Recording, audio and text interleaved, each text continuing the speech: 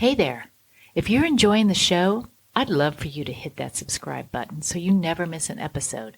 It's the easiest way to stay connected, keep the conversation going, and get inspired week after week. And if you're feeling extra generous, leave us a review. It helps more amazing listeners like you find the show. Thanks for being here. Now let's get into today's episode. Today, we're talking about a little ingredient that's gotten a whole lot of buzz, silicones. You've probably seen silicone-free plastered across shampoos and conditioners lately, but what does that really mean? Are silicones the villain they're made out to be, or is there more to the story?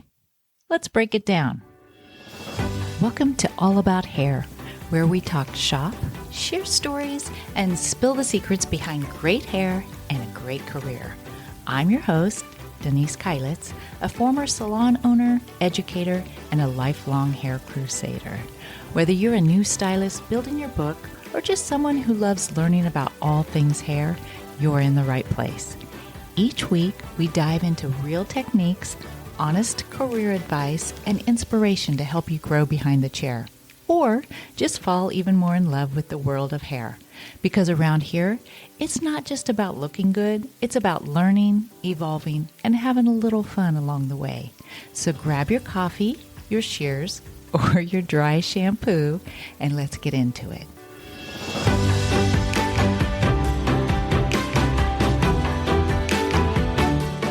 Okay, so just what are silicones? Silicones are synthetic polymers commonly used in hair products to enhance smoothness, shine, and manageability. They work by forming a protective layer onto the hair, which can help reduce frizz, improve detangling, and protect against heat damage. If you've ever used a conditioner that's left your hair feeling super soft and frizz-free, it's probably the silicones that are in your product. However, some silicones, particularly non-water soluble ones, can cause buildup if not properly cleansed, leading to hair that feels oily, dull, or dry. You've probably heard me mention that scraping test that we used to do in the salon. Unbeknownst to me, yes, it is scraping off some silicones. If you have buildup on your hair, you can actually take your shears and take a piece of hair and scrape on it. And it does kind of look like a waxy substance that's coming off your hair. So if you have a guest or if you yourself are feeling like your hair is limp or weighed down and you're just like, what the heck's going on with my hair? That might be the reason why. But I've also heard that if there isn't silicones or buildup on your hair and you do that to your hair, you're actually scraping your cuticle layer off.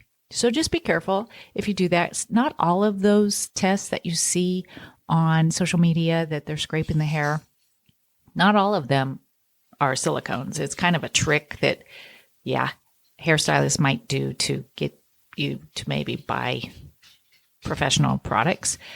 But some of those are actually, it's real. It just depends on what's going on with your hair. So anyway, some of the common ones that you're going to see on the labels of your shampoo or conditioner or your hair treatments is dimethicone,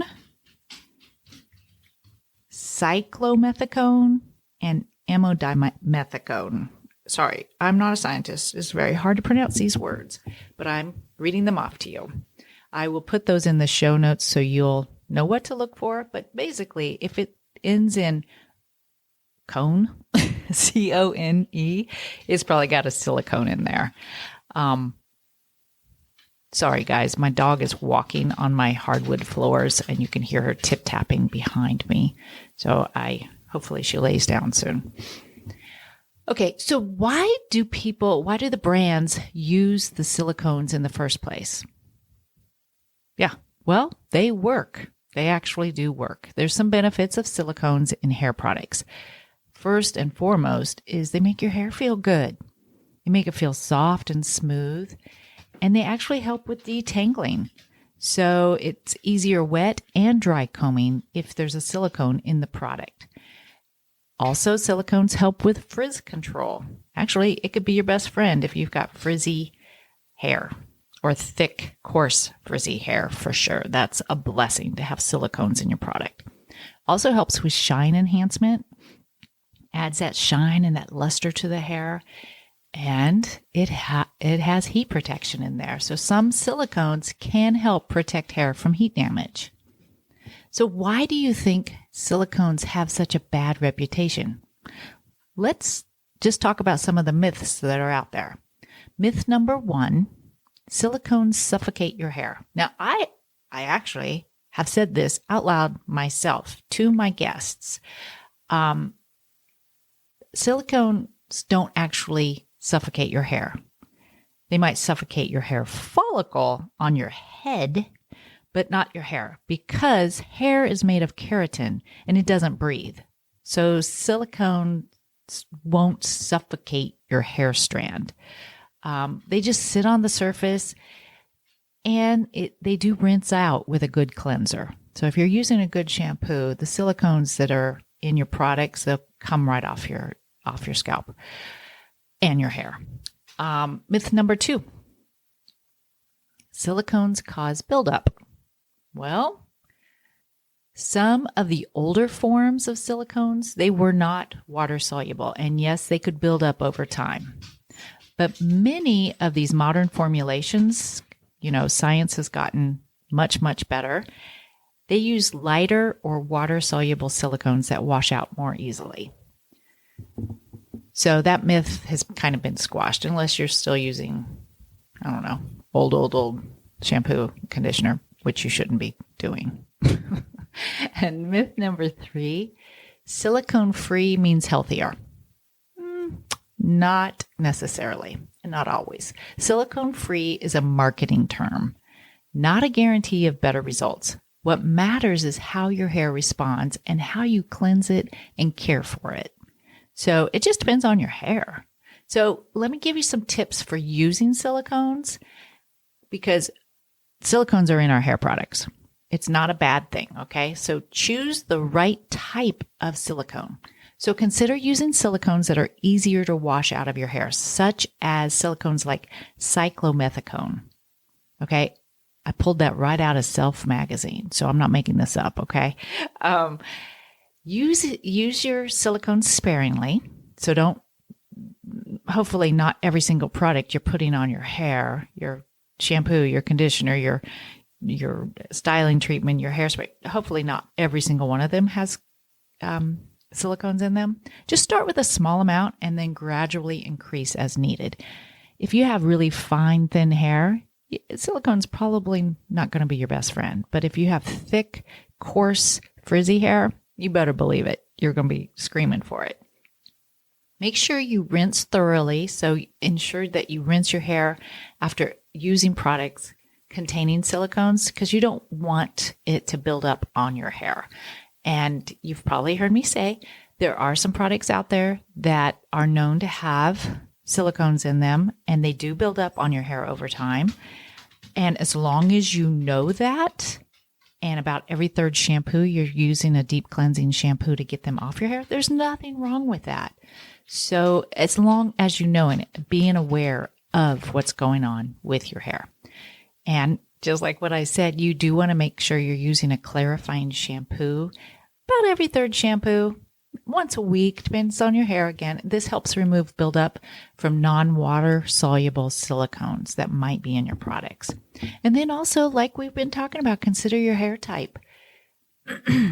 Some hair types may be more prone to build up with silicones than others. At the end of the day, it's not about good or bad. It's about balance and what works for you and your hair. So, are silicones the enemy? No. Nope. Science has proved this. They're just another tool in your toolbox. If you use them smartly, pair them with proper cleansing, your hair will thank you. If you've been confused by a product label, or if you're unsure about what ingredients really do, I hope today's episode has helped clear the air. I know this has been short and sweet, but Just don't fear the silicone. It might just be the slip your strands were waiting for. Thanks for tuning in to All About Hair. If you loved this episode, hit subscribe, leave us a review, and share it with a fellow stylist or hair-loving friend. You want more tips, tools, and behind-the-scenes goodness? Follow me on YouTube or head to my website at denisekailitz.com. Yes, I know it's hard to spell, so don't worry, the link is in the show notes.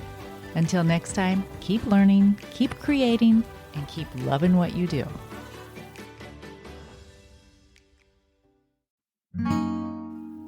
Hey guys, real talk for a second.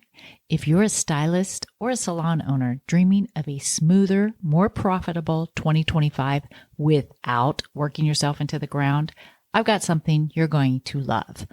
I've been testing out Gloss Genius, and let me tell you, it's a total game changer. Imagine your entire booking system, payments, client notes, and rebooking all in one place.